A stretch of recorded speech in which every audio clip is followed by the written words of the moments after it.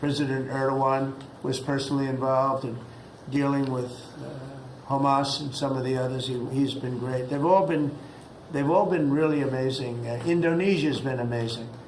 Indonesia's been fantastic. The whole world has come together for this. People that didn't get along, people that didn't like each other, neighboring countries that frankly didn't like each other, but now it's just this moment in time. So we look forward to welcoming the hostages, like you can't believe, home to their families, and that'll take place early next week. We hope Monday or Tuesday. And all Americans should be proud of the role that our country has played in bringing this terrible conflict to an end. And I want to thank, some of the people, JD, you were fantastic, and Pete, you were great. Marco was fantastic. Some of you were very much involved. I'm looking around. So indirectly, I think almost everybody in this room was involved. Susie, I want to thank you very much. You were incredible. You've done an incredible job. So, and yes, John, what you've done was invaluable. CIA, John Ratcliffe, and he's done an incredible job. So I want to thank you all, and if I'm missing anybody, I apologize, but you've been amazing. And then you have Steve Witkoff, who worked so hard. And you remember we settled 7, this is number 8, we settled 7 wars or major conflicts, but wars. And this is number 8. And the one that I thought would be maybe the quickest of all would be Russia-Ukraine, and I think that's going to happen too. But in the meantime, they're losing about 7,000 people a week, and that seems pretty bad. They're losing mostly soldiers, young soldiers. They go out to war, and they're getting killed. And while it doesn't affect us in a lot of ways, we've got a big ocean in between, you don't want to see that happen. It was a big mistake. That war should have never happened. It would have never happened if I were president. So we're here this morning for a cabinet meeting as my administration continues to deliver for the American people, despite the radical left lunatics that shut down our government. You have Democrats. They've lost their way. They have no leadership. We don't even know who to deal with over there. At least they know who to deal with. We have no idea who we're dealing with over there. It's like they have no idea what they're doing. Republicans have voted repeatedly to pass a clean, nonpartisan bill to reopen government at the same funding levels. We're not going to do anything only good for health care. We're really, I think, become the party of good health care. And they keep using health care as a cudgel. They want to try and get everyone thinking about health care. We're the ones that are saving health care. In fact, one of the things we're doing is we're going to be reducing the cost of medicines by 100%, 200, 300, 500%, and even more than that, because as you know, we're in the process of favored nations right now. We've exercised a clause because we were subsidizing the entire world. The entire world pays a fraction of what the United States has been paying. And we've already, numerous Pfizer and other companies have already signed, and other countries are a bigger problem because they've been getting a subsidized rate. We've been paying for years. This has gone on for 30 years. We've been reducing the rate of drugs for other countries because we've been paying much more than we're supposed to. And they used all sorts of ideas like research and development. I said, what about Germany? What about these other countries? Aren't they paying? No, we have to pay research and development. It was all nonsense, and I couldn't listen to it anymore. So it's a very radical, big, tough shift. Very tough. We got a lot of things going on there. But, and you probably heard me say this in my first term, I think it was my 3rd year, we reduced drugs from the beginning of the year to the end of the year. And I was so proud of it. I actually had a news conference to announce it, and it was 1/8 of 1%. Think of that, which is barely a reduction. But it's the first time in 28 years that there was a reduction in drug prices for the year. So from the beginning to the end, it was 1/8 of 1%. And I was so proud of myself. I did something that nobody else could do. But when I started to think about it, I said, it doesn't make sense. And then I'm starting to look at numbers where a pill or a treatment or some pharmaceutical product is selling in Europe for 10% of what we pay for in New York City or in any one of our places, and cities, states. And then I see people leaving for other countries to go buy their pharmaceuticals, where they make journeys to various other countries, including Europe, where they got the best bargains of all. And I put an end to it. It's over. And now we're, in major, I guess, disputes, but we're winning the disputes by a lot. With the countries, a couple of countries said, we won't do this. I said, well, it's unfair that we're paying 10%, and, you're paying just a fraction of what we're paying for the same product made in the same plant. And they said, well, we're not going to do it. I said, that's okay. You don't have to do it. But I'm going to put a tariff of 9% or 7% or whatever the amount of money is. And I'm going to put a tariff on your country for the amount of money that you're taking advantage of us for. No, you can't. I said, yeah, I can do that. I'm going to do that. And they would immediately agree. And it'd make the tariff substantially more than the number we're talking about. And they would immediately agree. So we have the consent, I think, Bobby, of every country, essentially. They know that if they don't do it, we're going to put a tariff on for double the price, and then they're going to do it. So we never had that before. You never had anybody in here that knew what the hell they were doing, I'll be honest. It really it makes me angry. Because for years and years, and this started many years ago, and basically we subsidize the world. So this is going to have a huge positive impact on Medicare, Medicaid, even Social Security. But anything where there's pharmaceuticals, drugs involved, it's going to have a tremendous impact. So we're going to get drug reductions of 100%. I told you 1/8 of 1% that I was proud of myself. Now you're going to get 100%, 150%, 200, 300, 400, 500%. You're going to get the biggest drug reductions that you've ever seen. And they're already, I guess they're starting to kick in, but we've made deals with numerous companies and we're going for the full ball. We want whatever the price is. So that would mean that the world price, because the world is bigger than the United States, a lot more people, but the world price will go up a little bit and our price will come down a lot.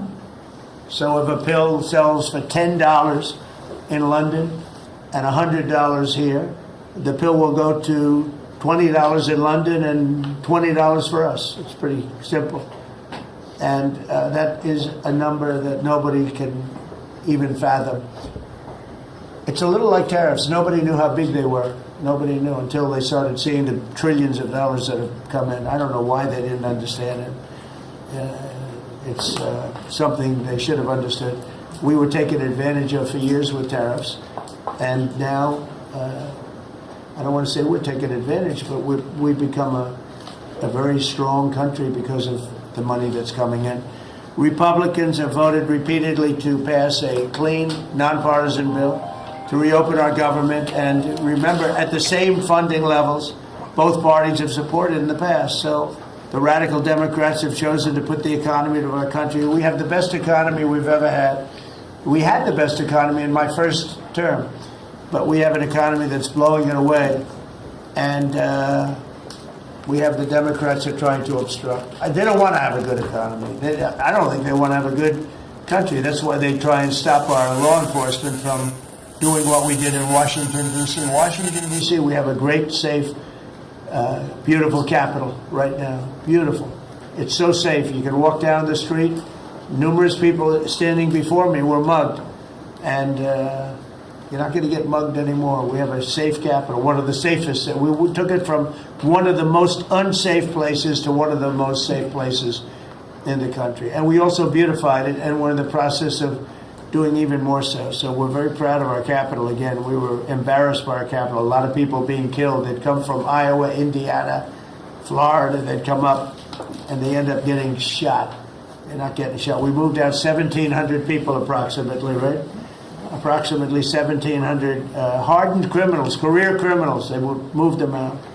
So Chuck Schumer and Hakeem Jeffries and the congressional Democrats are holding the entire federal government hostage. I will tell you, a lot of Democrats want to get this thing open too. They do. They're calling us, and they just want to get it open. And all we're doing is saying, just play the same thing until we get it straight. And they don't know how to go about it. I mean, And the problem is we really don't know who the hell is leading the Democrats. You have this AOC, I don't know her at all, but I watched her the other day. She said, well, if they want, they could come to my office. That's not leadership, you know. The only one that challenged her actually was Nancy Pelosi, and Nancy's not looking too good. I don't know what happened to Nancy, but she's not looking great. But she was the only one, I give her credit, she was the only one that challenged her. But AOC said that they can come to her office and negotiate, the Republicans. And we're saying, oh, I didn't know she was in leadership. But she's taking Hakeem Jeffries' place, and Schumer's afraid that she's going to run against him. And right now, I don't know, he can change, life is crazy, right? But right now he can't beat, I don't think he can beat anybody. So he'll lose in a primary. I would say he'll retire before he loses in a primary. So I think Schumer's going to retire because he can't beat anybody. His polls are so bad. Meanwhile, the Democrat shutdown is causing pain and suffering for hardworking Americans, including our military, our air traffic controllers, and impoverished mothers, people with young children, people that have to live not the greatest of lives.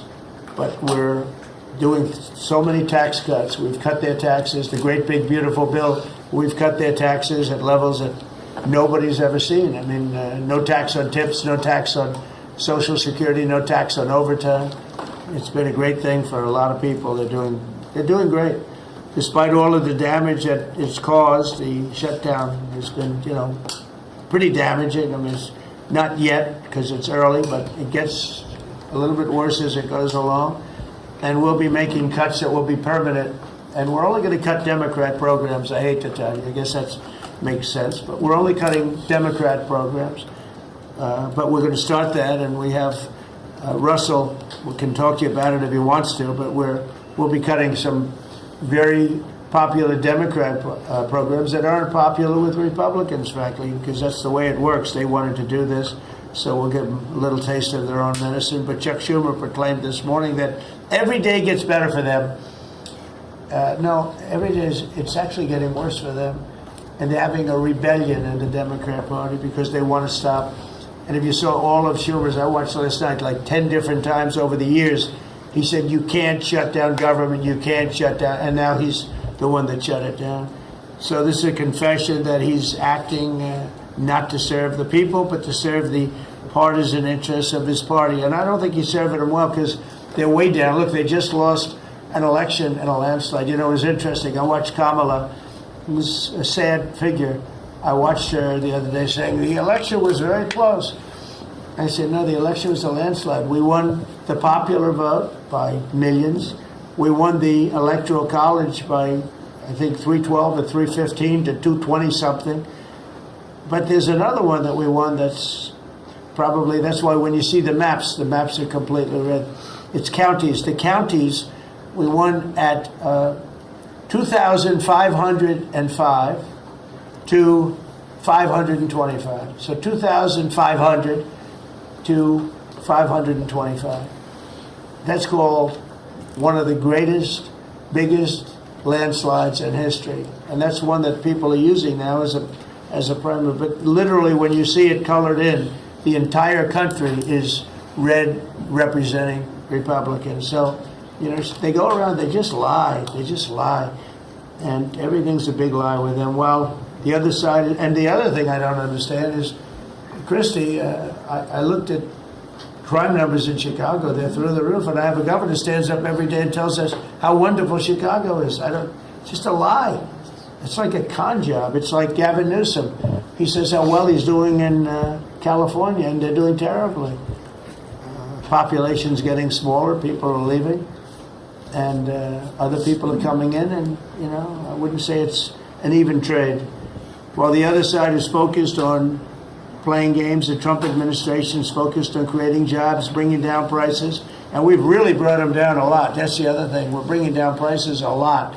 We're bringing down grocery prices. But the big thing is energy. When you bring down energy, everything comes down. And the energy prices are way down. I see we're down to about $61 now a barrel. And what gasoline's going to be, I think gasoline's going to be below $2 at some point in the pretty near future. It's very low, much lower than it was under Sleepy Joe. And we're restoring law and order in our country, and we're restoring it here, but we're restoring it right now. We're in Memphis, we're going to Chicago, we're going to other cities.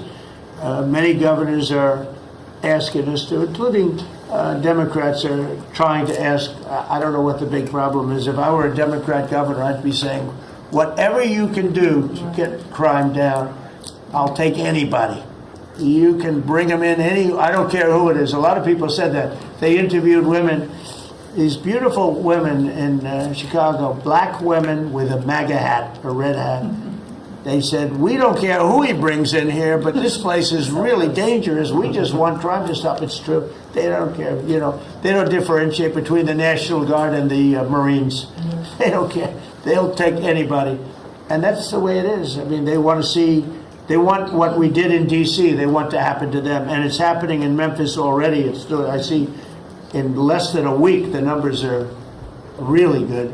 And it'll be great, and it will fix that. We'll go to various other places, and we're going to be stopping crime in our cities, and that's a great thing, and we won't get credit for it, but it's a great thing. We've launched a historic campaign to take back our nation from the gangs and the street criminals, violent repeat offenders, illegal alien lawbreakers, domestic extremists, and savage, bloodthirsty cartels. And very little, by the way, is coming in by water, in case you haven't known. The drugs aren't coming in by water. In fact, we can't even find any boats in the water anymore. We had boats, we were like a subway train loaded up with drugs. Every single boat that you see getting taken out kills 25,000 Americans. Think of that. Because it's pretty tough stuff. But it kills 25,000 Americans. So when you hear that, it's no longer tough. But here in Washington, we've deployed federal law enforcement and National Guard to restore public safety, and we're working to replicate that in numerous places all over the country. And we have a very powerful military. We have a very powerful National Guard. I want to thank the governor of Texas, who has been, as usual, great. Governor Abbott, he gave us 400 troops without even a question. And we have other governors likewise doing what has to be done, because they know we have to confront crime. We're directly confronting the sinister threat of left-wing domestic terrorism and violence, including the terrorist group Antifa. You saw that yesterday. We had a news conference. Antifa's out of control in Portland and other places, but mostly Portland in the case of Antifa. And we had people that were really badly affected by them. It was terrible. So one of those things, but we're knocking the hell out of them. And we're looking for the people that are funding them, and those people are going to be just as guilty as the people that smack people over the head with a baseball bat. And I'd like now to ask Attorney General Bondi and Secretary Noem to discuss this a little bit and tell where we are. And then we'll go around the room. We'll go quickly. We're going to go quickly if we can, because we have a lot of things to do, including I won't be spending that much time here because I'll be leaving fairly soon for the Middle East. And I'm very honored to be involved with that, I'll tell you. It's a great thing for our country. People are so happy about it. I've never experienced anything quite like it. I've never seen such universal praise for being able to do something. No, it's something that nobody thought was possible, and we're going to end up having peace in the Middle East. Who would have thought? So, Pam, could you start, and then Christy, please. Sure, President Trump, and despite the Democrat shutdown of our government, our law enforcement officers are out there working without paychecks, round the clock, to keep and make America safe. Secretary Hegseth and I were recently in Memphis. We had 1,100 law enforcement officers in one room with us. The Memphis PD, they were the happiest to see us, don't you think, Secretary Hegseth, of anyone. We had ATF, DEA, FBI, U.S. Marshals. I'm not sure if our park police were there. We had Treasury, Secretary Bessent, and of course we had Secretary Noem's Homeland Security, all working together with the Guard. They were so happy to have us there. We've been making arrests left and right. So far, we made 562 arrests and seized 144 illegal guns just in the short time we've been in Memphis. And many of these people are career criminals. And when you take them out of a place, your crime rate just goes down. These people commit crimes every single day. They're sick. And we're taking them out. In some cases, we're bringing them back to their countries where Biden allowed, with the stupid open borders that we had in our country, to come in. But they're being brought back to other places, or they're being put in jail, but they're career criminals. President Trump, last night alone, we made 91 arrests, 19 firearms off the streets, and one was a warrant for a homicide, and 4 sex offenders who had active warrants. One was a sex offender on a child. Everything we did in Memphis was worth it, in my opinion, for that one arrest. Think about that. We got a child rapist off the streets, but yet we've made 562 arrests and still going strong in Memphis. Just what we did in D.C.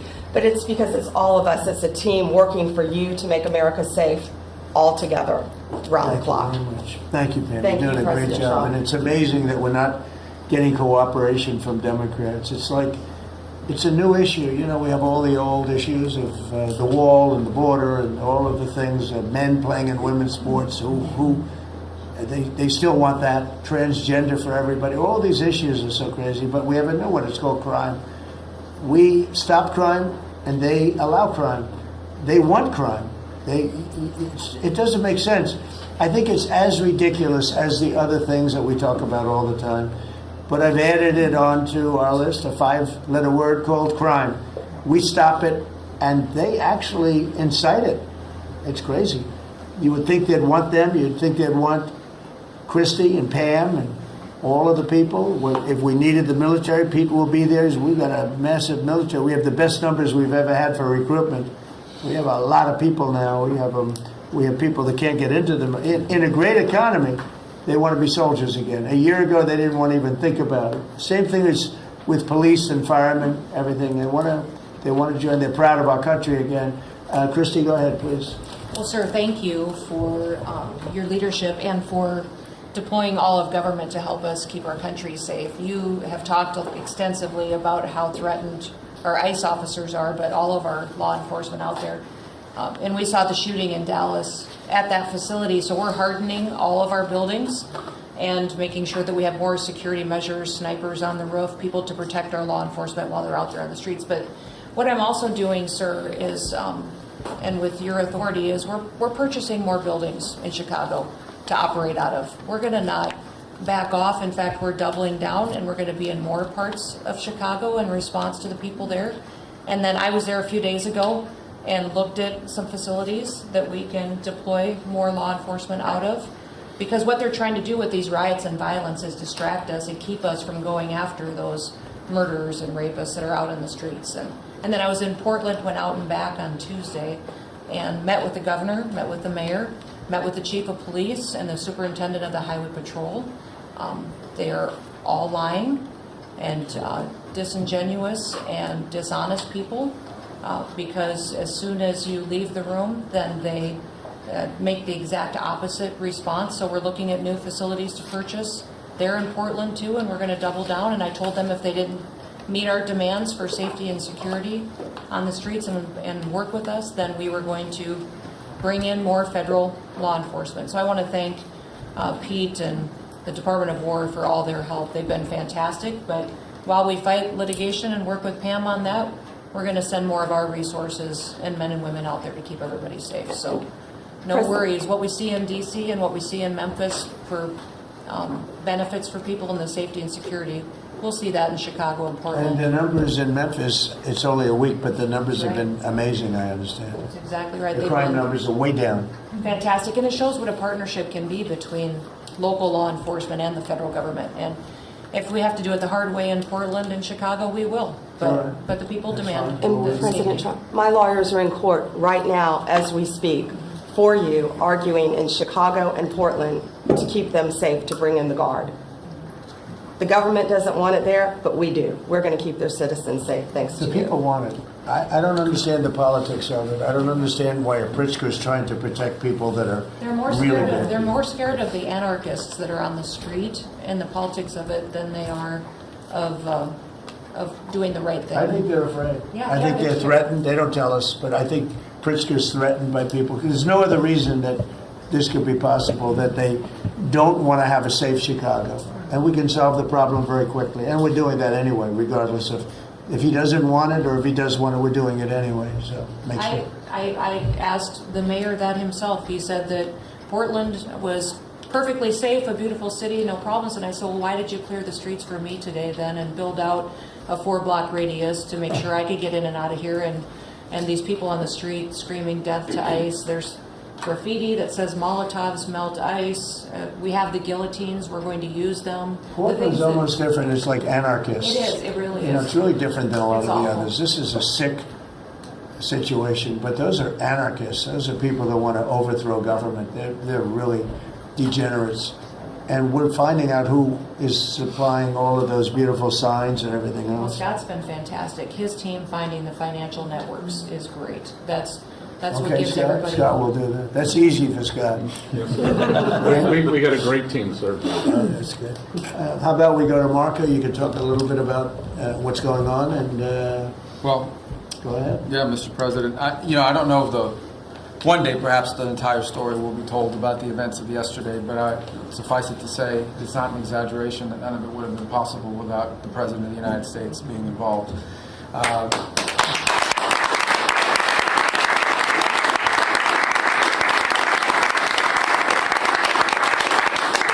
It really began with your trip to the Middle East, where these relationships were forged with partners in the region, personal relationships, close relationships that created the foundation where all this was possible. Where I think this really took a turn. Remember, a month ago, no one thought this was possible. Where it really took a turn about a month ago, less than a couple weeks ago, is when we were at the United Nations, and you convened a historic meeting, not simply of Arab countries, but of Muslim-majority countries from around the world, including Indonesia was there, Pakistan was there, and created this coalition behind this plan. Then on that following Monday, you met with the Prime Minister of Israel here, and that plan was presented. And then, of course, our great negotiating team followed up on it. In the interim, again, perhaps the stories will be told, perhaps they will never be told. The President had some extraordinary phone calls and meetings that required a high degree of intensity and commitment, and made this happen. And I think what's important to understand is that yesterday what happened was really a human story. There's a geopolitical aspect to it, there's no doubt about it. It creates the conditions for Gaza to one day be a normal place again, and people to have a better life, and Israelis to be safe. But yesterday was a human story. And because of the work you put in, and honestly, not only is there no other leader in the world that could have put this together, Mr. President, but frankly, I don't know of any American president in the modern era that could have made this possible. Because of the actions you have taken unrelated to this, and because of who you are and what you've done and how you're viewed. And this weekend, because of that, at some point very soon, we are going to see 20 living human beings emerge from the darkness into the light for the first time in 2 years. And that is because not only were you used the credibility and the power and the prestige of this office and the relationships you created, and you committed yourself to making it happen. And I think it will go down as a historic moment in the history of our country, and something our country should be very proud of, that we have a president that's committed to not just peace, but to the human aspect of reuniting these families. My last point on this is just a couple of days ago, Secretary Lutnick hosted us all, many of us, at the Kennedy Center. And we have these families, we've interacted with them for so many years, for 2 years now. And the stories are heartbreaking, both whose families are alive and those who are deceased as well, who want their relatives back so that they can complete the process of grieving. And we had all hoped that perhaps that was the day that we would have an announcement for them on the anniversary of the 7th. But I know you were able to speak to some of those families last night. And I just hope the whole nation understands how incredibly proud they should be of their president and of their country for the role that they've played. And I don't want to let this moment pass, Mr. President, without also noting the incredible work of Steve Witkoff and Jared Kushner. Yeah. They're an incredible team working together, facing some substantial impediments to even being there this weekend and doing it. Let me just leave it at that. And they've done a great job on your behalf, Mr. President. They deserve a tremendous amount of credit. But thank you for what you've done for the world. For the world. Thank you very much, Marco. I appreciate it. I think because we have a very busy day with all that's going on, what we'll do is maybe just a few of you raise your hand if you'd like to say something that don't talk too long.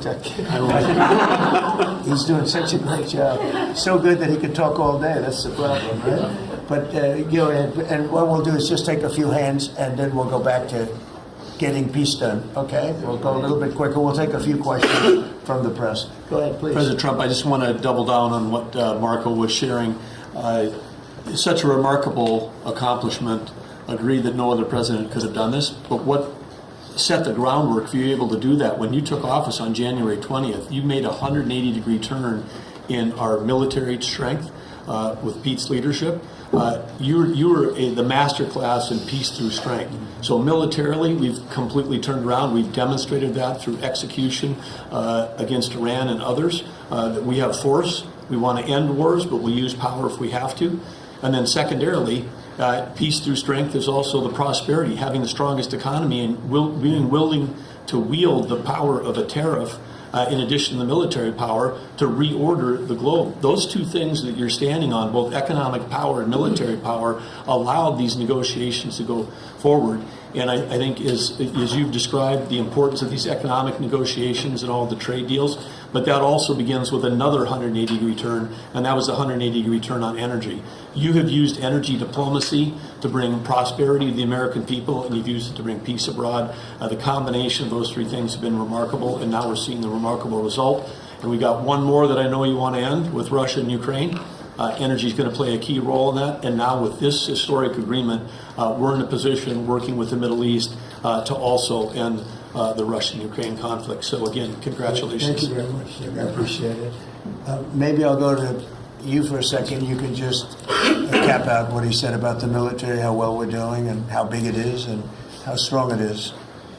Mr. President, you're exactly right. At the War Department, you don't get peace without strength. And our job is to be the strength part of the equation and deliver that when necessary, as you demonstrated with your Order of Midnight Hammer.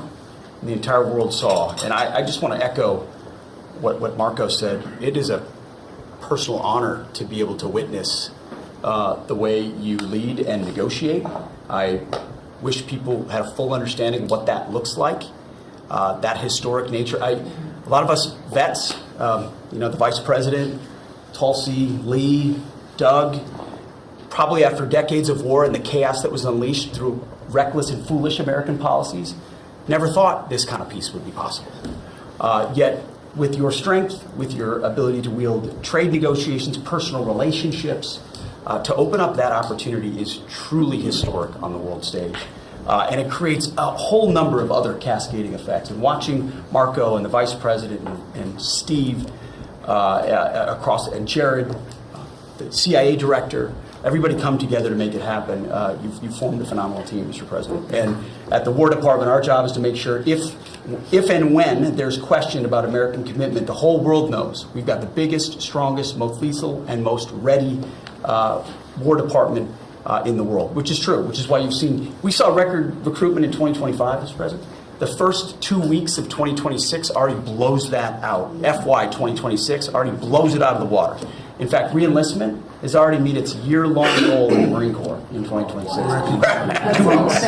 Okay. You can't. There's no other way to create that kind of love and enthusiasm than with your leadership, sir. And it is an honor to work with Pam and with Christy and the cities across the country to make sure American citizens and law enforcement are protected with our National Guard. That's a core mission. And last thing, Mr. President, on the southwest border, the first group that rotated in to lock down that border to zero crossings is now rotating out. And with a new border medal, the Southwest Border Medal, or it's actually called the Mexican Border Medal, revived from 1918, that will be pinning on their chest. So thank you for renaming the department, and we're trying to live up to it every day. So thank you, sir. I mean, think of this. We have record numbers of recruitment. 1 year ago, there were stories, front-page stories, so we couldn't get anybody to join the Army, Navy, Air Force, Marines, Coast Guard. My beautiful, I call it our beautiful Space Force. I love our Space Force. It's turned out to be very important. But we couldn't get anybody to join. Nobody wanted to join, including our police and fire. They didn't want to join anything. Recruitment was embarrassed, so we couldn't get anybody. And now we're brimming. Now it's, and they're getting in based on merit now. A soldier's a soldier. They come in now based on merit, not based on woke stuff that anybody can qualify. You have to qualify for jobs. You have to qualify for certain types of jobs. And it's amazing. So we were embarrassed a year ago. Think of it, a little bit more than a year ago. I think it stopped on November 5th. I think it really started, this all started on November 5th, the election day. but now everybody wants to be, and we have an overabundance, and maybe we should raise it a little bit. I don't know. I like that idea, sir. But we could raise it. But we have so many people want to join, and they're proud of our country again. JD, could I ask you to say a few words? Yes, sir. So just a couple of things. Mr. President, first of all, congratulations on yesterday. It was a big day to Marco, to Susie, to the entire team. But in particular, viewing it from this perspective where for months the fake news media attacked you, attacked the entire team, attacked your approach. The definition of insanity is to do the same thing again and again, expecting a different result. The reason we're here is because the president actually charted a different course with a different team. He vested a lot of authority in Steve Witkoff in particular, and that's why we're here. It's because you did something different, and I think it's important to recognize that. I also think the president, Marco mentioned the president's personal touch being a big part of this. The one thing I would say is obviously the President of the United States, a New York real estate billionaire, one of the most famous New Yorkers in the world, has a lot of interaction with a lot of people who are very pro-Israel. I think that was an important set of experiences and life experiences that he brought to the table. He also, of course, knew one of the most famous Palestinians in the world, Chuck Schumer. And I think without that background of knowledge, it would have been impossible to get us to this moment. Second thing I would say, just on Chuck Schumer, the president mentioned this, that Chuck Schumer said this has been very good for us this morning about the shutdown. One of the things that we talked about before all the media came in, and that all of us are going to work on for the rest of the day, we've been working on for days, is how to make the shutdown as painless as possible on the American people. So while Chuck Schumer brags about this being good, and I think the president is right, it's not good for him politically as much as he might think that it is. It's causing real consequences for the American people. There's a low-income food program, the WIC program, that my mom actually used when I was a baby. That program is about to be underfunded and is about to get cut off because Chuck Schumer won't open the government. We have troops. The Secretary of War mentioned how well we're doing on recruitment. We're trying to figure out how to pay our troops because Chuck Schumer is shutting down the U.S. government. There are veterans benefits that are going to suffer. There are Americans that are going to suffer because Chuck Schumer refuses to do his job. So while we're all celebrating this incredible success that we've had on the world stage, the country could be doing so much better if Chuck Schumer did his job and opened the government. Every single Republican, except for Rand Paul, has voted to open the government. A few moderate Democrats, to their credit, have voted with us to open the government. We just need 5 more Democrats to come to their senses and let the people's government serve the American people. I hope that they'll do that. Thank you. Thank you, sir. Chris, what's it? Yeah, to follow up on that point, Mr. President, the Democrat or Schumer shutdown did not begin 8 or 9 days ago. It began 8 or 9 months ago with your inauguration. For the first time in American history, every Senate confirmed appointee who were our deputies to run our department, every one of them has been filibustered. One of the critical parts of my department is the National Nuclear Security Administration. It maintains, manufactures our nuclear weapons and our engines for nuclear submarines and nuclear aircraft carriers. We are a key supplier to Secretary of War Pete Hegseth. They filibustered, the Democrats filibustered the leader, the administrator of the National Nuclear Security Administration, would not let him come into my department until the Republicans 2 weeks ago changed the Senate rules so they could confirm him and we could have a leader. They filibustered the leadership, now they're filibustering the funding. In the next 6-7 days, we're going to run out of funding, and the retooling of our nuclear stockpile, the ultimate guarantor of our sovereignty, is going to be underfunded, and we're going to have to slow down and creep to a crawl these efforts. Just incredibly irresponsible for Schumer to worry about his own reelection and not the 340 million Americans that count on the efforts of our military and all of our departments. It's truly offensive, and we need to bring it to an end as soon as possible. Let's open the government back up. And you're doing a great job. Thank you very much. Bobby, did you want to say something? You got a lot of things happening. A lot of things. A lot of very positive things, actually.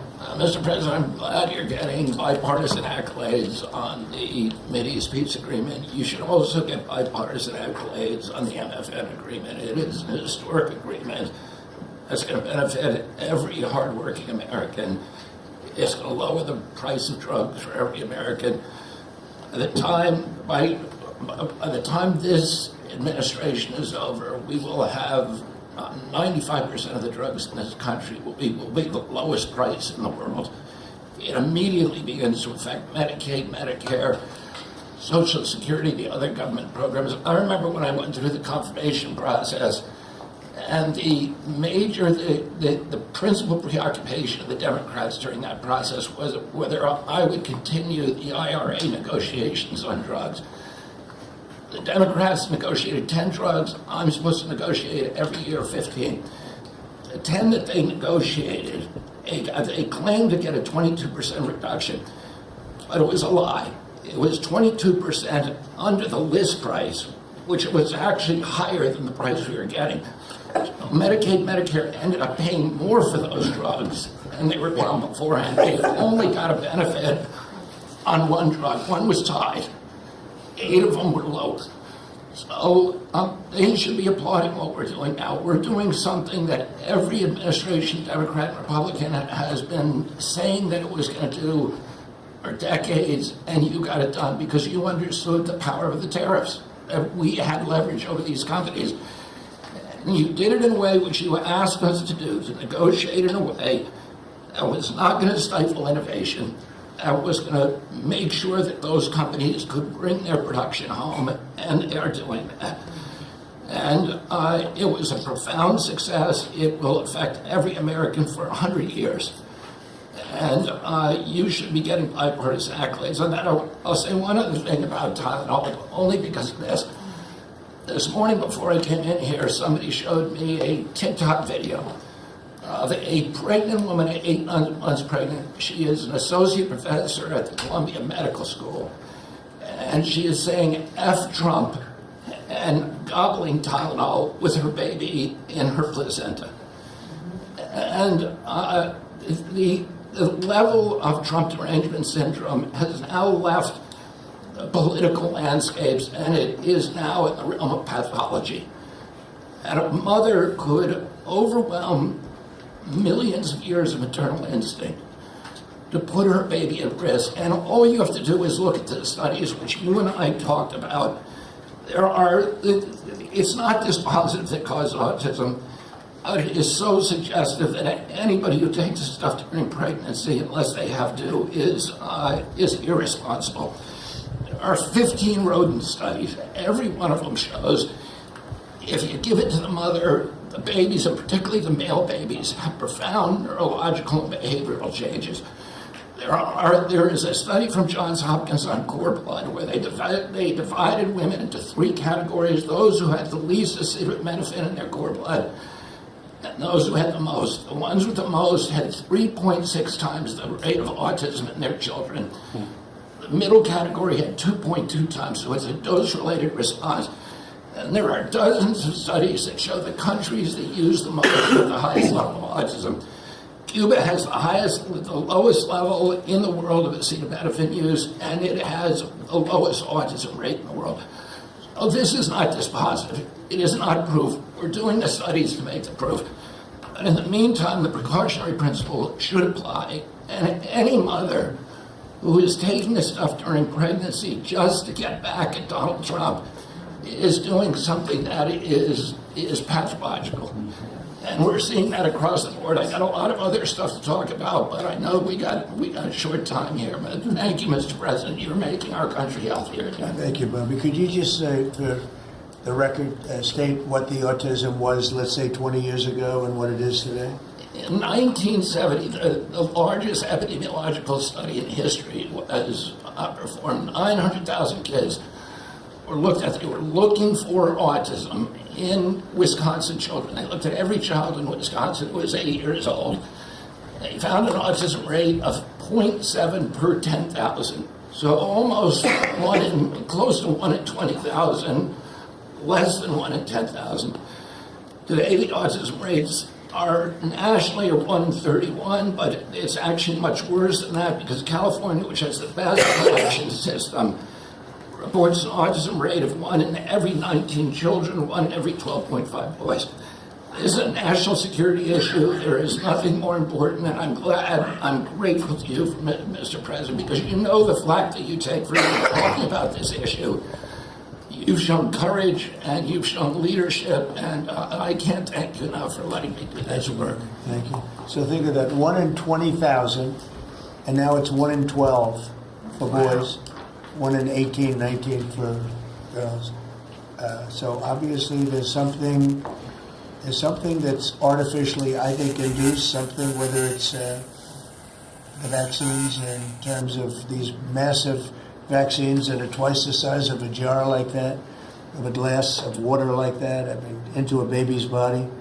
And I've suggested get them in doses, get them in, maybe 20%, 30%, but smaller, not such a big. I think, that. And we had certain recommendations, the MMR, take them separately. The measles is already separate now, and it works out much better. But there doesn't seem to be any impact if you take it separately. If you take it as a combination, it's not so great. And some other things. But I would say don't take Tylenol if you're pregnant, and when the baby is born, don't give it Tylenol. You can avoid it at all. Just don't give it Tylenol. I'll say this Really, also. what do you have to lose? You really don't have much to lose. Yeah, go ahead. There's also there's many other confirmation studies. There's 2 studies that show children who are circumcised early have double the rate of autism. It's highly likely because they're given Tylenol. None of this is positive, but all of it is stuff that we should be paying attention to. But, there's a tremendous amount of proof or evidence, I would say, as a non-doctor, but I've studied this a long time ago. I met Bobby in my office 20 years ago. We were talking about the same thing 20 years ago. And I was a real estate developer. It bothered me that it seemed to be getting worse, but it's so bad now when you hear these numbers. It's not even really sustainable. I don't know how people do it, but there is some very strong evidence on Tylenol. In fact, at one point, I guess the company gave a warning. They still don't recommend it during pregnancy. That's the weird thing. They're not recommending it, and that's the company itself. So just don't take it. Don't take it. If you're a woman, don't take it, and don't give it to the baby when the baby's born, and I think that's going to have an impact. But I'd also get the shots in smaller doses. There are a few things, we gave a few things that just seem to be, and I think you'd get that number way back up. Think of it. You have 1 in 20,000. Now it's not even believable when you think that 20,000 drops to 12 children. So that's induced by something that's given or taken, and it should be able to be stopped. And you're talking about the Pennsylvania Dutch. You were talking about the Amish, where they don't take any of this stuff, and they have virtually none, right? They have no autism. So we're doing something very bad. Somebody's been given some bad things. Other countries, by the way, we have 82 vaccines that we give simultaneously. And I'm a vaccine believer, by the way. I believe in the polio vaccine. I believe in a lot of vaccines. But when you give 82 vaccines in a shot to a little baby that hasn't even formed yet, it's a lot of vaccines. And in Japan, they give a much smaller number. In Germany, they give a much smaller, like 28 vaccines. That's a lot too. But 28 is a lot different than 82. So, but I would say on the Tylenol, don't take it. And that will be, I think it's going to be a big factor. I think it'll be a very good result. And I hope we're going to be able to see that result in the not too distant future. Because certainly people have heard us loud and clear. That's why I bring it up again. That's why I asked you to talk about it. Because this is a horrible thing. And if you don't take it, I mean, you have to tough it through sometimes. There are other things you can do, but you have to tough it out. It's easy for me to say. But I think you're going to see numbers that will be it'll be so significantly improved, and maybe fully improved. I mean, there's something there. There's something going on, and we have to address it. And so I'm addressing it the best I can as a non-doctor, but I'm a man of common sense. Okay, any other questions? I'd like to comment on the workforce. Mr. President, a lot of people are calling to give you the Nobel Peace Prize after this peace deal that you managed to achieve in the Middle East. First of all, your opinion on that, and I was wondering about your trip to the Middle East, if you can tell us if you're considering to speak at the Knesset, at the Israeli parliament. Well, they asked me to speak at the Knesset, and I've agreed to. If they would like me to, I will do it. It's the first time a president has ever done that, so that makes it very interesting, right? Yeah, of But course. yeah, so I will do it if they want me to. They have asked me to do that. Thank you. Families of hostages are out in the streets in Israel dancing and crying tears They're of all joy. dancing in the streets right now. They're dancing in the streets. They're so happy. Everybody's happy. They're dancing in the streets of Arab countries, Muslim countries. I've never seen anything like it. Everybody is happy. It's been really amazing. Thank you. President Trump, on the international peacekeeping force that's going to be deployed to Gaza soon, do you expect that Pakistan, Turkey, other countries to contribute forces? Has that become firmed up? And also on the shutdown, it seems like in the House there's a majority support for a temporary extension of the Obamacare subsidies, perhaps minus the funds for illegal immigrants. Is that how you see the deal to end the shutdown happening? Well, I see the deal just getting extended as we continue to talk, but we're willing to pay because we're paying. You know, it's very simple. We're paying. And the Democrats are the ones that caused this problem. And it's a big problem for them. And they have a lot of break in their ranks. But so I see that, you know, and I think that'll get worked out. But we want to get back before we do this. We don't want to have a gun held to our head. We don't like that. And the public doesn't like it either. So we want to get back. And I think it's going to work out. I think it's going to work out very well. It's something that shouldn't have happened. This was supposed to take place before the election. You know, this was supposed to take place on September 28th before the election. We shouldn't even be talking about this right now. This is actually something that shouldn't have even happened. Yeah, please. Mr. President, looking ahead, what guarantees Hamas disarms and that Israel doesn't resume bombing once the hostages Well, are the first thing released? we're doing is getting our hostages back. Okay, and that's what people wanted more than anything else. They wanted these hostages back that have lived in hell like nobody has ever even dreamt possible.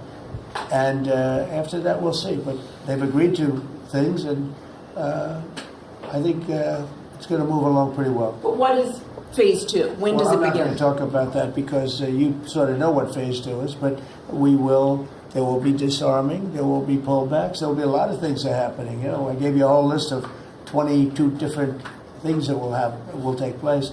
And I think it'll take place, and I think you're going to end up with peace in the Middle East. But we have to get our hostages back. And we weren't going to do it at the end. We're going to do it at the beginning. We said we want them at the beginning. We're not doing it. You know, we got the hostages back. We did, as a group with Steve and Jared and Marco and me and all of us. We got the hostages back. We got many of them back. Many, unfortunately, were dead. But we got many back that are now living with their families, with their parents in many cases, and with their husbands, families, wives. Many of them, they celebrate all over. They're the ones that are celebrating the loudest. They're all over. There are a lot of them that we got out. But the last 20, and I always said the last ones are going to be the most difficult. But it's been a very big deal getting the hostages out. But the rest is going to take place too. And can you promise Palestinians they will be able to stay? Well, they know exactly what we're doing. We're going to create something where people can live. You can't live right now in Gaza. The place is it's a horrible situation. Nobody's ever seen anything like it. So yeah, we're going to create better conditions for people. Yeah, please. Mr. President, excuse me, what kind of security guarantees is the United States going to make for Gaza? Well, we're going to work with very wealthy countries that love people, frankly. I know them very well. They love people, but they love Arab people, and they love Muslims, and they love, I think right now they love everybody, and they're immensely wealthy, and they're going to be involved in putting up money, and for them it's a small amount of money. For somebody else it's a large amount of money, but you know, these are the wealthiest countries in the world, and they'll be very much involved in making it as good as possible. What's your take now on a two-state solution, sir? Just to follow up on that. What? What is your view now on a two-state solution for the... I don't have a view. I'm going to go with what they agreed to. Mr. President, given that there are some tough provisions for Israel in this agreement, are you at all concerned that Bibi Netanyahu may not continue in his post? He may be deposed. That Bibi may go a little bit out of whack. That he may no longer be prime minister when this is over. Look, that's politics. It could be. I don't know. I think he's very popular right now. He's much more popular today than he was 5 days ago. I can tell you. Right now, I think maybe people shouldn't run against him. 5 days ago, it might not have been a bad idea. No, Bibi's become. This has been a very good thing. I don't think he did it for that reason. Okay, but I think just looking as an analyst would look at this, I think Bibi should be very popular right now. Yeah, please. What will happen if Hamas says that it cannot locate or was not able to find all of the deceased hostages' bodies within the time frame? Well, we'll frame? have to see. I think that's going to be, it's largely been answered. We know where most of them are. Actually, the bodies are a bigger problem because some of the bodies are going to be a little bit hard to find. It's a terrible thing to discuss even, but you understand, we're all people, we're grown-ups, we understand life. Nobody can understand this stuff because this could have taken place, but we have the hostages for the most part, and so I don't think it's going to be overly big. The situation with the bodies, they say 20, 28, some are going to be a little bit hard to find, but we're going to do the best we can. Yeah, please. If they don't find them within the time frame. Please. Thank you, sir. Regarding Jared Kushner's role in the negotiations, can you explain a little bit about why he came on at the last minute? And then in regards to the WIC program that the Vice President mentioned, do you know when the funding that you promised through the tariff revenue will actually go through to communities? Because there's reports that WIC providers are actually starting to close down today. Well, okay, let me just answer the Jared. So Jared's a very smart guy. He did the Abraham Accords. As some people say, the Abraham, which I love the way that sounds, but he did the Abraham Accords. It was a great thing. 4 big countries joined. If I were president, if the election would have been a correct election, which it wasn't, you'd have every country in there. Maybe even Iran would have been in there, frankly. But you'd have every country in. Now, by the way, that's going to be filled up rather quickly. People want to join the Abraham Accords. And I put Jared there because he's a very smart person, and he knows the region, knows the people, knows a lot of the players. And the combination of him and Steve Witkoff and Marco and Cooper, who is, as I hear, has been fantastic, and others that were involved. JD was very much involved. I mean, we had a very smart group of people working. We had a lot of different players, different countries, and very diverse countries, very different from each other. They had certain things in common, but they had a lot of things, mostly things that were not at all common to their countries. So we had a very smart group of people. These are high IQ people. Okay, I talk about how many low IQ people we have in our government. We got some real low ones, but some shockingly low. But these are very high IQ people, and that's what we want. I like high IQ people. Yeah. Mr. President, thank you. Can I ask you about the China? You're meeting with President Xi. The Chinese have now set to put in new export controls on rare earth minerals, and they've stopped buying soybeans from the U.S. What do you hope to get out of that meeting now with President Xi? Well, we'll see. I mean, I just heard this a little while ago before we came in, so I haven't been briefed on it. The export. I mean, look, we have the ultimate export. We have import, and we have export. We import from China massive amounts, and maybe we'll have to stop doing that. But I don't know exactly what it is. Neither do you. Neither does anybody. It's a little bit soon. I just heard about it. So Scott and Howard will figure that out, and I'm sure we'll be able to handle it. Can I ask you about the soybeans? What is the plan to help farmers? Is it direct checks? Is it tax? Have you sorted that out yet? Well, what happens with soybeans is we're going to see more and more, I think, opening up, and part of the reason that we'll be discussing, he's got things that he wants to discuss with me, and I have things that I want to discuss with him, and one of the things is soybeans. I had a great deal with China where they would buy $50 billion worth of our farm product and manufacturing and other things, but farm product. And it was going along well. Then when the election turned out to be a rigged election and we had the wrong guy get in there, he didn't do anything about it. I used to call up President Xi every 2 weeks, or I'd call up people in China, say, you got to keep going, you're not buying the amount that you agreed to. And this went on for, ever since we signed the agreement. It was a great agreement. So they used to do 15 billion. and I got it up to 50 billion, 50, and it was great.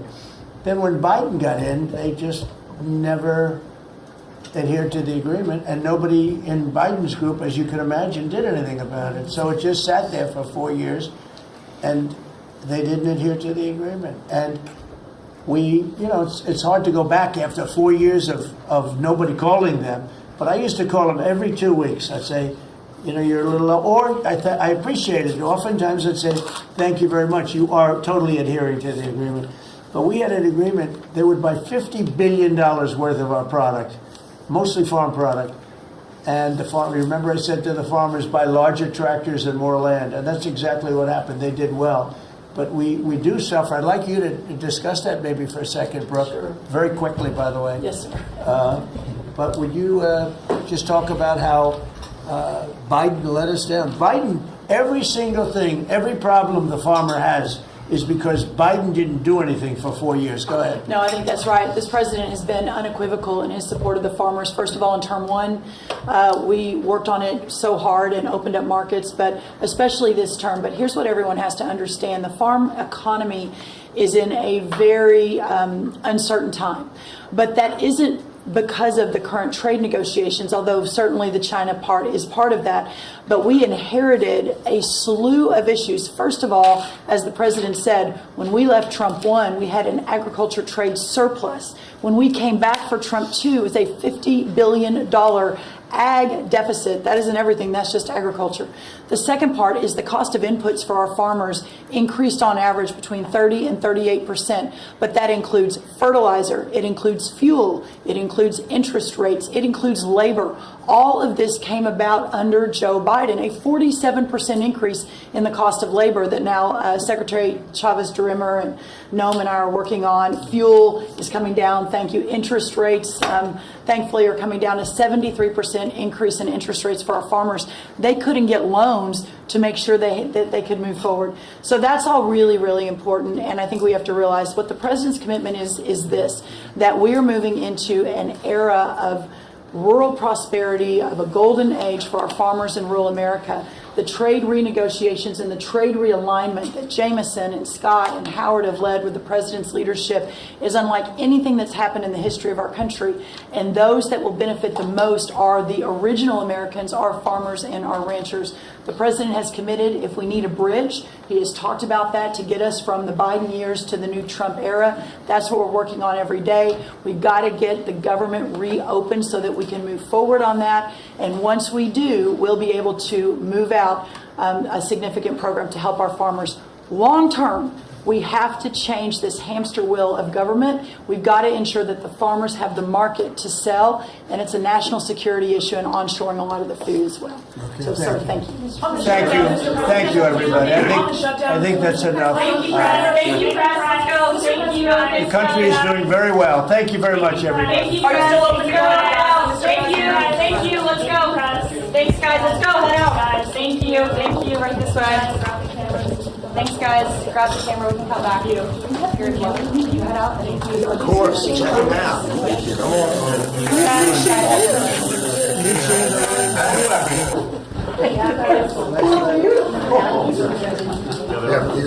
Yeah,